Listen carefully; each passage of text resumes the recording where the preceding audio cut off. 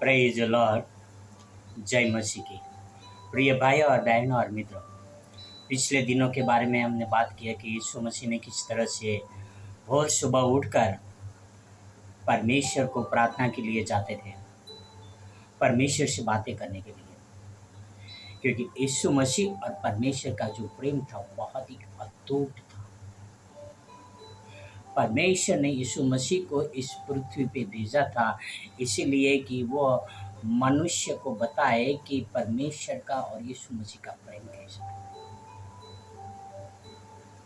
और मनुष्य को बताए कि परमेश्वर मनुष्य से कितना प्रेम करता है, कि परमेश्वर ने अपना एकलौता पुत्र को हमारे लिए दे दिया।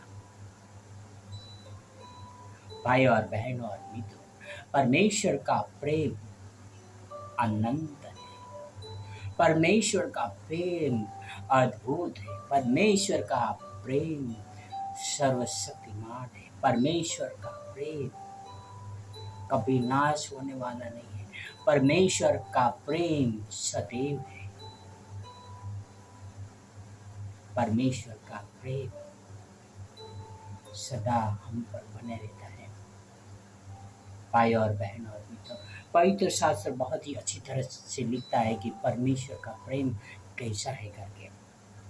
हम रोमियो की किताब में जाएंगे 8 में 31 से लेके 37 तक। रोमन्स चैप्टर 8 वर्स 31 to 36 यहाँ पर लिखा है, तो हम इन बातों के विषय में क्या कहें?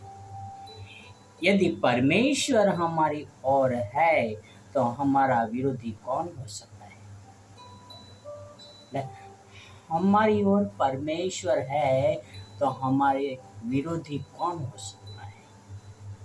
सवाल है। भाई और बहन, हम परमेश्वर की ओर अपना एक कदम उठाएंगे तो परमेश्वर हमारी ओर 10 कदम उठाएंगे। पर यह है कि हम परमेश्वर के प्रेम के लिए क्या कर रहे हैं। और आगे लिखा है, जिसने अपने निज पुत्र को भी न रख छोड़ा परंतु उसे हम सबके लिए दे दिया, वह उसके साथ हमें और सब कुछ क्यों न देगा? भाई और बहनों, परमेश्वर ने अपना एकलौता पुत्र दे दिया, वो हमें और कुछ क्यों न देगा? वचन 33 में लिखा है, बहुत ही सुंदरता के साथ हम पढ़ते हैं, परमेश्वर के सुने हुओं पर दोष कौन लगाएगा? परमेश्वर वह है जो उसको धर्मी ठहराने वाला है।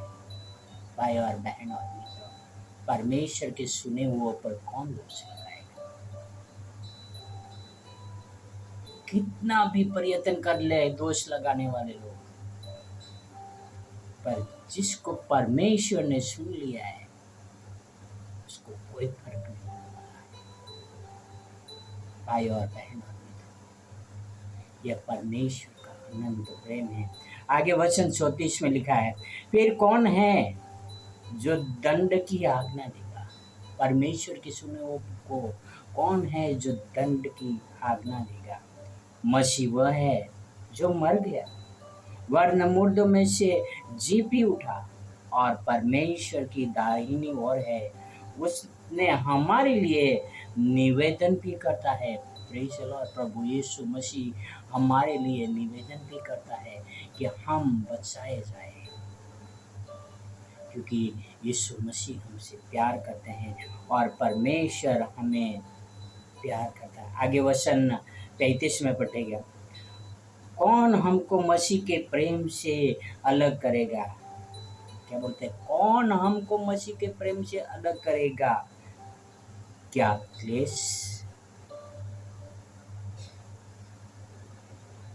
क्लेश या संकट या उपद्रव या अकाल या नंगाई या जोखिम या तलवार? कौन सी चीज है जो हमें परमेश्वर के प्रेम से अलग करेगा? क्या क्लेश, संकट,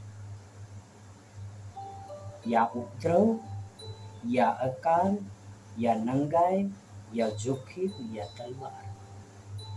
भाई और बहनों और मित्रों, परमेश्वर के प्रेम से तुम्हें कोई अलग नहीं कर सकता है। वचन 36 में लिखा है, जैसा लिखा है कि तेरे लिए हम दिन भर मार डाले जाते हैं, हम वध होने वाले भेड़ों के समान गिने जाते हैं। भाई और बहनों और मित्रों, यीशु मसीह हमारे लिए मारे गए हैं, हमारे लिए वध होने वाली भेड़ों के समान गिने गए हैं। जो परमेश्वर है हमें हर प्रकार के क्लेश से, हर प्रकार के संकट से, हर प्रकार के उपद्रव से, हर प्रकार के अकाल से, हर प्रकार की नंगाई से बचाने वाले हैं। तो हम परमेश्वर के करीब जा रहे हैं या नहीं? हम परमेश्वर को कितना प्रेम करते हैं? परमेश्वर का प्रेम अनंत है। परमेश्वर के प्रेम को परखो भाई और बहनों, परमेश्वर ने हमसे बहुत ही प्रेम किया है। आओ वचनों को पढ़ें, जल्दी सुबह उठकर प्रार्थना करें, परमेश्वर में दिन भर बने रहे, परमेश्वर की आज्ञाओं का पालन करें, वही परमेश्वर हमसे साथ है। आओ एक प्रार्थना करें कि हम परमेश्वर के अनंत प्रेम में बने रहें। आओ एक प्रार्थना करें। स्वर्ग और पृथ्वी के अधिकारी पिता, धन्यवाद करता हूँ आपके अनमोल वचनों के लिए पिता, जो आपने हमें दिया है पिता। वह अनमोल वचन हमारे जीवन में काम कर सके पिता। जैसे आपने हमें अनंत प्रेम किया है पिता, हम उसी तरह से दूसरों को भी प्रेम कर सके पिता। ऐसा हमारा स्वभाव देना पिता। यह आपसे प्रार्थना, आपसे अंदर में विनती करता हूँ। धन्यवाद प्रभु यीशु मसीह के लिए, धन्यवाद आपके प्रेम के लिए और आपके वचनों के लिए पिता। यह सारी प्रार्थना मेरे उद्धारकर्ता प्रभुओं का प्रभु यीशु मसीह के नाम से करता हूँ। आमीन, आमीन, आमीन। God bless you. Have a wonderful